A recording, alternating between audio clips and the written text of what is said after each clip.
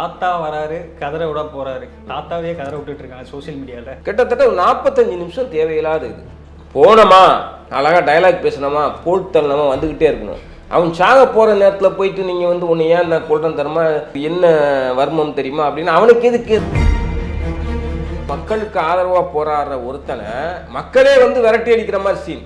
எல்லாமே கம்பு கட்டையே விளக்கமாத்த தூக்கிட்டு ஆம்பளை பொம்பளை எல்லாம் ஓடி வருவோம், துரத்துவதும். ஒரு படம் நல்லா இருந்தாக்கா இந்து கல்யாணம் நடித்தாலும் சரி, தவக்கலை நடித்தாலும் சரி ஹிட்டு. நல்லா இல்லைன்னா தளபதி நடித்தாலும் சரி, தலை நடித்தாலும் சரி அவுட்.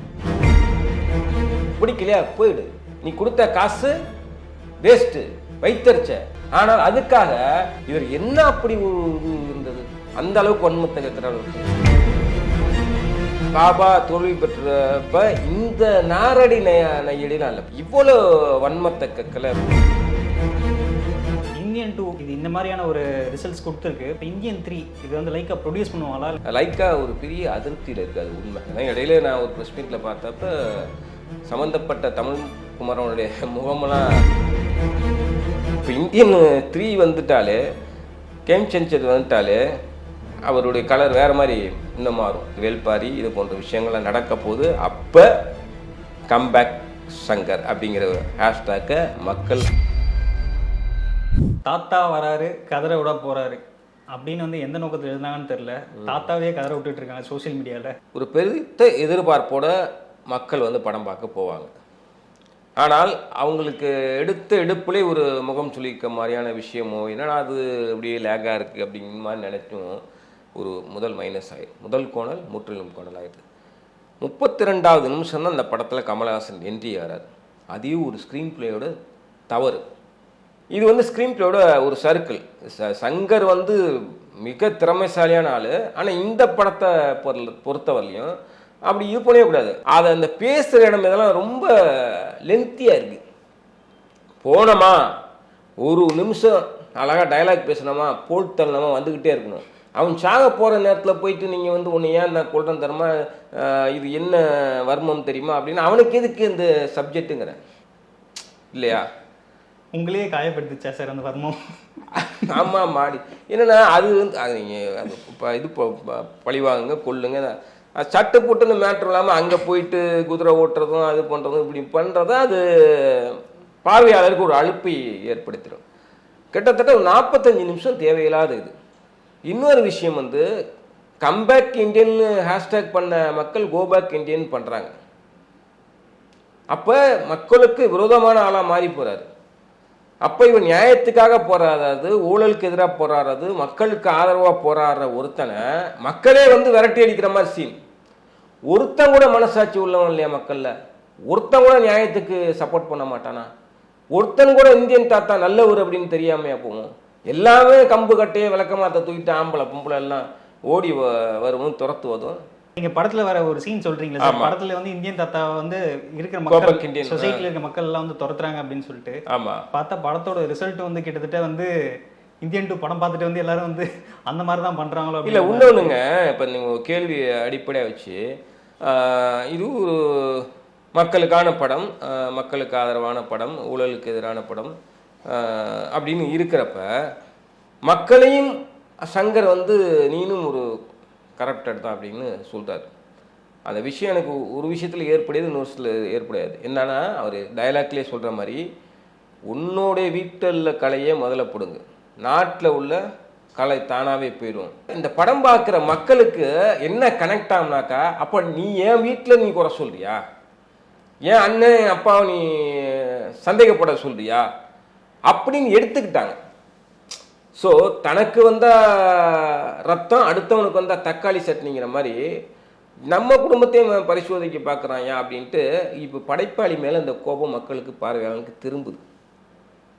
ஸோ அப்போயே அவனுக்கு யாராக இருந்தாலும் ஒரு நீங்கள் ஒரு தப்பு செய்கிறீங்க, நீங்கள் கெட்டவர், நீங்கள் பண்ணது தப்புன்னு சுட்டி காட்டும் போதோ அல்லது குழந்தைங்களுக்கோ வளர்ந்த பிள்ளைகளுக்கோ நீங்கள் அறிவுரை சொல்லும் போதோ அது தவறாகப்படும், உங்கள் மேலே எதிர்ப்பாக ஆயிடுவாங்க. அதுவும் ரியாக்ட் ஆகிருக்கு இந்த படத்துக்கு. இந்தியன் 2க்கு வர அந்த எதிர்மறையான விமர்சனங்கள், அதாவது ஹேஷ்டாக்ல கூட இந்தியன் 2 டிசாஸ்டர்னு போட்டு அவ்வளோ ட்ரெண்ட் பண்ணி விட்டாங்க. இது வந்து இந்த படத்தையும் தாண்டி கமல் அப்படின்ற ஒரு தனிநபர் மேல அவர் ஒரு அரசியல் கட்சி தலைவரா இருக்காரு, அவரோட அந்த பொலிட்டிக்கல் அஜெண்டாஸ்லாம் வச்சு தாக்குறதுக்கான அந்த வன்மமா உள்ள அரசியல் சூழ்ச்சி இருக்குமான்னு கேட்க வரீங்க தானே? இருக்கலாம், மேபி அது கூட இருக்கலாம். ஆனால் அது மட்டுமே காரணமாக இருக்கான்னு நினைக்கிறேன். ஒரு படம் நல்லா இருந்தாக்கா அவன் குண்டு கல்யாணம் நடித்தாலும் சரி, குள்ளமணி நடித்தாலும் சரி, தவக்கலை நடித்தாலும் சரி, ஹிட்டு. ஒரு படம் நல்லா இல்லைன்னா சூப்பர் ஸ்டார் நடித்தாலும் சரி, உலகநாயகன் நடித்தாலும் சரி, தளபதி நடித்தாலும் சரி, தலை நடித்தாலும் சரி, அவுட்டு அப்படின்னு இருக்கும்போது இந்த படத்தை மக்கள் வந்து விரும்பலை. ஆனால் பொதுவாக ஒரு படம் எனக்கு பிடிக்கல ஒன்றும் இல்லைங்க, பாபா படம் எடுத்துங்க, அட்டர் ஃப்ளாப். வேட்டைனா இங்கே வெளுத்து வாங்கிட்டு இருக்காரு. ஆனால் அப்பேற்பட்ட ரஜினிகாந்தே வந்து அந்த நேரத்தில் வந்து தூக்கி எறிஞ்சாங்க மக்கள் பாபா டைம் போது.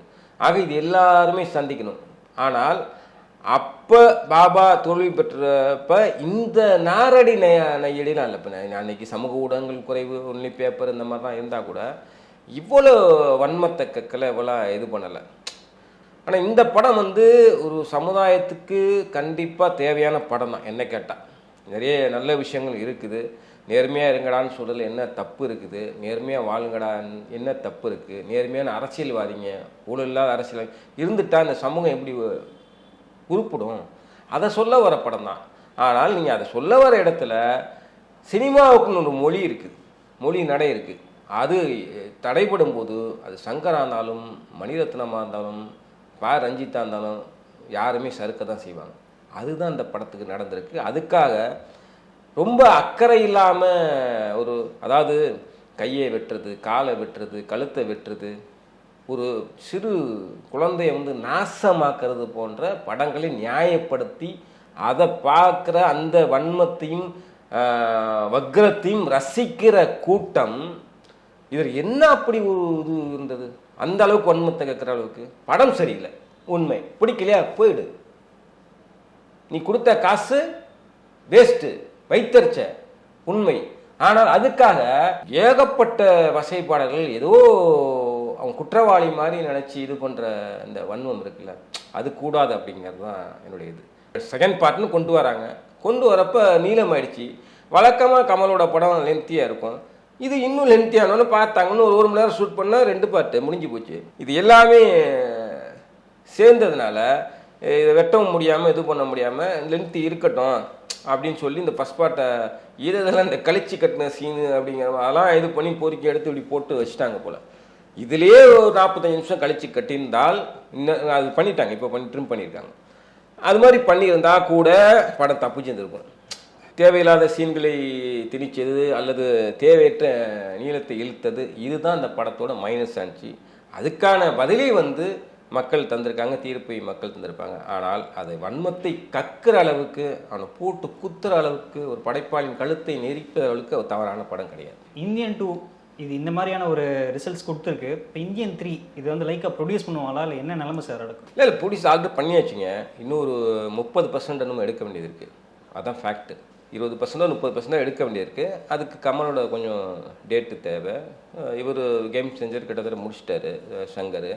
லைக்கா ஒரு பெரிய அதிருப்தியில் இருக்குது, அது உண்மை.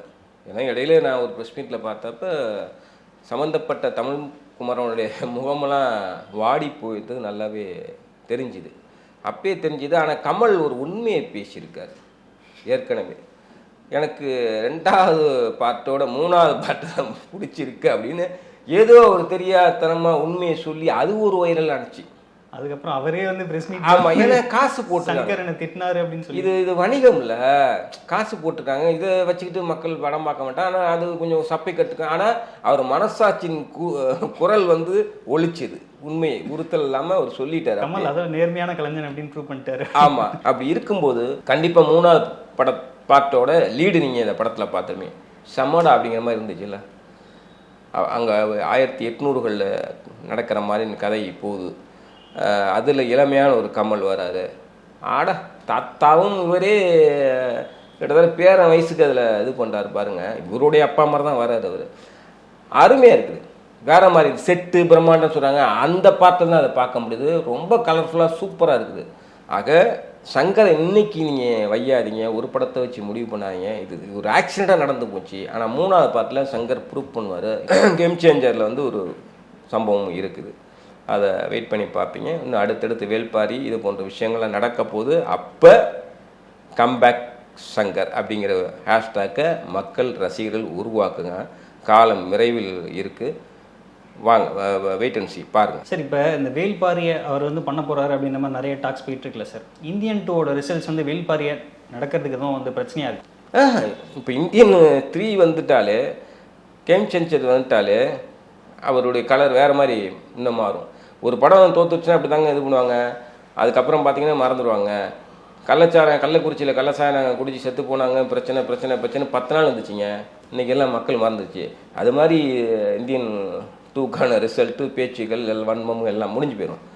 3 வந்து ஜெயிச்சிச்சுன்னா, கேம் சேஞ்சர் வந்து ஜெயிச்சிச்சுன்னா, அதுக்கப்புறம் சங்கரோட ரூட்டு வேற மாதிரி இருக்கும், வேல்பாரி வேறு லெவலில் இருக்கும்.